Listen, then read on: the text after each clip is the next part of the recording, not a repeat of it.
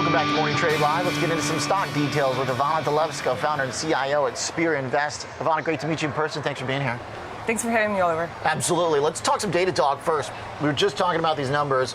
My point I was telling our guy Jeff is that I'm like trying to figure out what this stock needs to do to kind of prove itself, because every earnings it's like flip a coin. The last one they crashed. This one they're rallying. Is there any stability that can emerge in this cloud company? Well, it's all about finding the inflection in cloud spending, and we're starting to see the early signs of that. So we saw that in the AWS, the Amazon AWS report.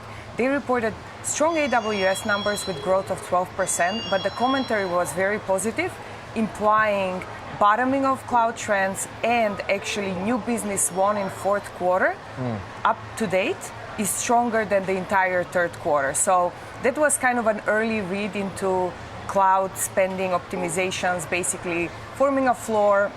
After and that's that what kind of post-COVID lull we went through, because it was impossible to retain COVID pace of growth for cloud, and now it kind of looks like, what, we found a new equilibrium? Exactly. So that's what we've been looking for, is for comps to get easier.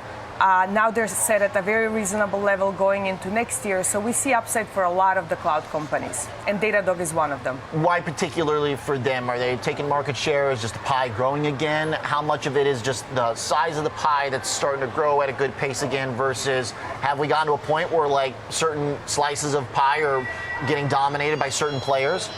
Well, Datadog is benefiting from a very strong trend of shifting left. It's basically companies trying to embed security products earlier on in the development cycle. So that's the big specific thesis that's driving Datadog, but they are going to benefit from the overall pie growing, right? If the pie is not growing, it's very difficult for you to differentiate yourself with new products. How do you think about profitability for these companies? Is it more necessary today, rates 5%, than it was during COVID, extreme growth, rates back at zero basically?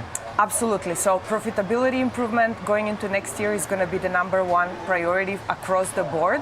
And we do see a lot of opportunity for improvement from a lot of companies. And some of the companies that are not free cash flow positive, Datadog is one of the ones that is free cash flow positive, but some of the ones that are not, it's going to be very important for them to show profitability improvement or positive profits going into next year.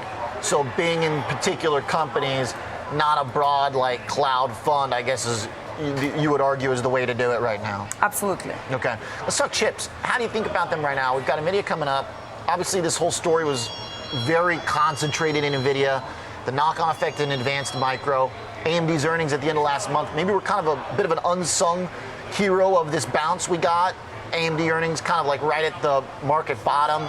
To me, I look at their numbers and it feels like they're still a far cry from what NVIDIA's already shown us.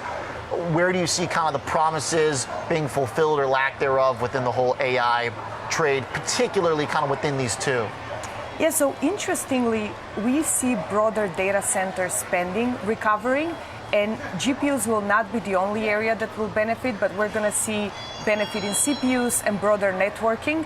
Bandwidth is a key concern or key bottleneck in chip development today, so we believe we're going to see a lot of new innovation coming on that front. So we expect a broader data center cycle apart from just NVIDIA being focused just on GPUs. So this is kind of a similar argument with the Datadog situation, right? Because this is all connected. The cloud pickup, data centers, got to get the hardware in there too. It's going to power all that software. Absolutely. So basically the way to think about it is that hardware usually precedes the cloud spending by 6 months. So we saw the hardware or semis bottom 6 months ago, and now we're seeing cloud bottom. What about the growth rate potential of a return to growth in the data center market, the kind of, I guess maybe we can call it kind of like a legacy market at this point, if we put AI as sort of the cutting edge? Correct me if I'm wrong, but that still seems like a pretty big difference in growth potential. Like, are we talking, could the data center comeback get us to like double-digit top-line growth for these companies alone, or do you need to have that cutting edge to cross back into like super high growth that we were getting during COVID and to some extent before too? Yeah, so I do think that the new technology is driving the upgrade cycle. But we're hearing that even data centers that were installed 2 to 3 years ago now need major upgrades. So you're going to see that same cycle repeat once again. It's just that usually would have taken some time in between one and another cycle. And with this AI and new innovation coming in on the GPU and the CPU side, you're going to see that pulled forward. So should it be a broad sector move? Because it seems like almost every chip maker still is printing. We just talked NXPI, very marginal contraction of revenue, but still down on an annual basis. Texas Instruments got wrecked. I mean, it seems like, how far can you go? How far can you venture outside of like NVIDIA and AMD within the chip category?